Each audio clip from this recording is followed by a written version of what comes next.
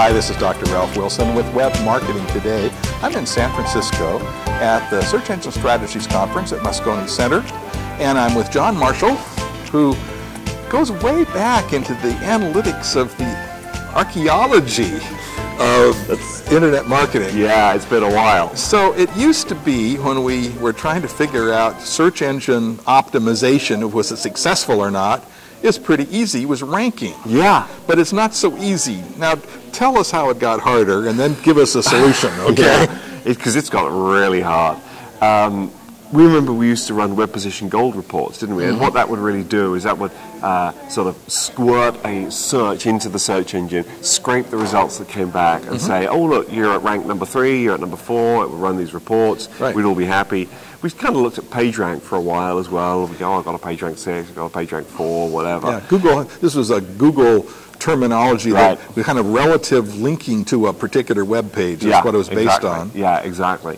Also, the fact that it was invented by Larry Page, which is really where PageRank comes from. Did you know that? I didn't know that. Yeah, it's really because it's Larry Page's name, so it's PageRank. Oh, hey, I learned something here. Yeah. But it just got way too complicated to do that stuff. And actually, bear in mind, a lot of people are still looking at those kind of reports and not realizing that they're wrong. I mean, it would be okay if those reports completely broke and we couldn't use them anymore, but there's tons of people out there who still generate those reports and don't know that they're wrong, and that's really the problem. Quick question. How wrong are they? Well, are they 30% wrong? It depends too much on your products and your demographic. I mean, I can't give you a straight answer, but they are wrong. So what is the problem now? Why are they wrong? Two very simple but big problems.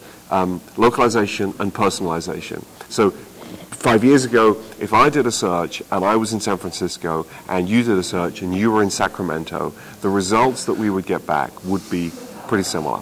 They would be different, certainly from country to country, and they might be different from East Coast to West Coast. But what we got, San Francisco, Sacramento, 150 miles apart, they weren't that different. Now they can be very different, and that is because Google is doing a more diligent job of targeting ads towards targeting search results. This is on the organic side.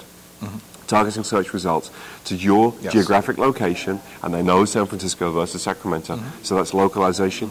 The second thing is personalization. You could be logged into your Google account, and it just knows that when you search for video equipment that you really want to buy professional high-end video equipment, whereas when I type in video equipment, I'm much more interested in consumer grade because I'm not as rich as you, right? So, you know? So, those two things, and by the way, the personalization takes place whether you are logged in to Google or not logged in. It even just cookies you and has a little history of what you searched on, and okay, Ralph really wants the high-end video equipment, those what we're going to show him. Now the other thing, universal search has changed the eye tracking pattern as well, so that being number one doesn't necessarily get you the same kind of results as it did before. Sure, I mean, that's another factor. Universal search has changed it even more, but universal search, I think, is very obvious to people that it's made a big difference. I mean, you can kind of look at it and you know, hey, something here is different. Personalization and localization are subtle. So if I don't use ranking and I don't use PageRank, what metric should I use? Some people want to use traffic. Some people just say, okay, how much traffic am I getting from organic search? Here's the problem with that. The number of searches which are being performed each month might be increasing at this rate, at a nice steep graph like this. Your organic traffic might be increasing at a rate like that. So if you look at traffic, sure, your graph goes up and to the right, but actually you're going backwards. It tells you something, but not enough. Yeah, because you don't know how much more out there is that you could be capturing. So what is the metric? I like to use share of search. And some people phrase it as share of voice. Share of voice, share of search, same thing. Okay. And it really is a way of expressing that there were 100,000 searches for terms in a given period of time for terms that you want to rank for. How many of those searches resulted in somebody coming to your website? That's the way to think of it. So essentially I would figure how many searches for the group of keywords I'm interested in were done totally. And then how many came to my site based on those keywords. Then do a division and come out with a percentage. Come out with a ratio. Yeah, that's right. Percentage. Okay. Yeah, that's right. So where do I get that kind of data reliably? Well, you can get the number of searches that came to your site. You can get that from Google Analytics. Right, that's easy, there. Yeah. The data for how many searches are being done, you can get that data from Google Insights for Search. Okay. Now, the catch with Google Insights for Search is that it doesn't give you an absolute number that you can then compare against Google Analytics. It gives you an index. So what you typically do is in Google Analytics, you do an index for how many searches come to your site, and you then do the same index for your top, say, 20 keywords. And then you kind of calculate a ratio there, and then apply that to your Google Analytics data to get the overall ratio at the end. So Google Analytics, Google Insights for Search. That's right. What's the other one you think? The other tool, Google Insights for Search I think is good, and it's free, and we can't argue with that. I'm actually a bigger fan of a tool called Compete.com. And Compete, the free version, will allow you to benchmark yourself against a competitor or two other competitor, I think, websites.